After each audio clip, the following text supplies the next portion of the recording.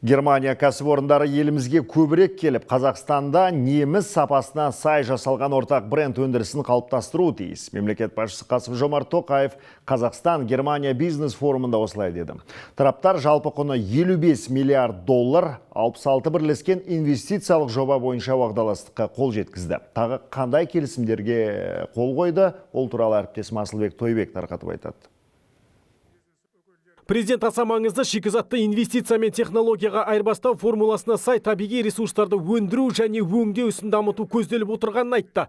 Бүгінде Қазақстан Еуропа одағының экономикасы үшін аса маңызды 34 сирек кездесетін материалдың 19 түрін өндіреді. Осыған орай минералдық ресурстар жөніндегі неміс агенттігі мен қазақ серіктестері маңызды шикізат саудасы бойынша консорциум құрып жатыр. Біз бұл бастаманың таяу арада нақты іске асуын асыға күтіп отырмыз. Бұдан бөлек HMS Bergbau компаниясының Шығыс Қазақстанда литий элементін қайта өңдейтін зауыт салу үшін барлау жұмыстарын жүргізу туралы жоспарын құптаймыз. Бұл жобаға салынатын инвестиция көлемі 500 миллион доллар. Еліміздің бай ресурс қоры өнеркәсіп саласындағы ынтымақтастығымызды кеңейте түсуге мол мүмкіндік береді. Қазақстан Германия мен фармацевтика саласындағы ынтымақтастықты кеңейтпек. Еліміз дәрі-дәрмек пен медицина жабдықтары өндірісін белсенді түрде дамытып келеді. 2025 жылға қарай ішкі нарықтағы отандық өнім үлесін 50%-ға дейін жеткізу жоспарланып отыр. Бұдан бөлек тараптар ауыл шаруашылығы саласындағы серіктестікті дамытуға бейіл. Германияның федералдық канцлері Ольф Шольц Қазақстан Еуразияның төріндегі нағыз стратегиялық тұрғыдан ұтымды орналасқан ел екенін атап өтті. Қазақстан Германияның орталық Азиядағы маңызды серіктесі. Сондықтан біздің ірі кәсіпорындар инвестиция құюға құмбыл болып тұр. Оның үстіне Қазақстан үкіметі жайлы инвестициялық климат қалыптастыруды қолға алған. Бұл мені қуантады.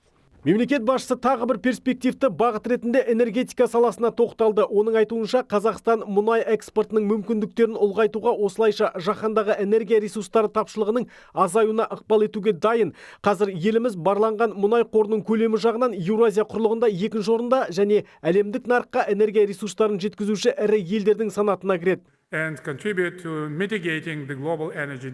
Германияның мұнай-газ жабдықтары және қосалқы бөлшектері өндірісін елімізде локализациялау негізгі басымдық. Bir сөзбен айтқанда, неміс өндірісінің Қазақстанға келгенін қалаймыз. Бұл отандық өнеркәсіп саласына озық технологиялардың енгізілуіне септігін тигізер еді.